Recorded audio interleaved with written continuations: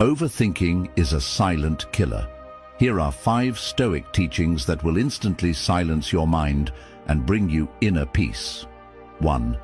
Focus only on what you control. Epictetus said, "It's not what happens to you, but how you react that matters." Stop wasting energy on things you can't change. 2. Keep it simple. Don't complicate your life. The simpler your mind, the clearer your path. 3. Accept what you cannot control. Fighting reality only creates more chaos. Let go of what you can't change. 4. Live in the present. Marcus Aurelius said, "You are immortal. Don't waste time on nonsense." The present is all you have. Focus on it. Practice negative visualization. Imagine losing everything you have. It makes you grateful and less anxious.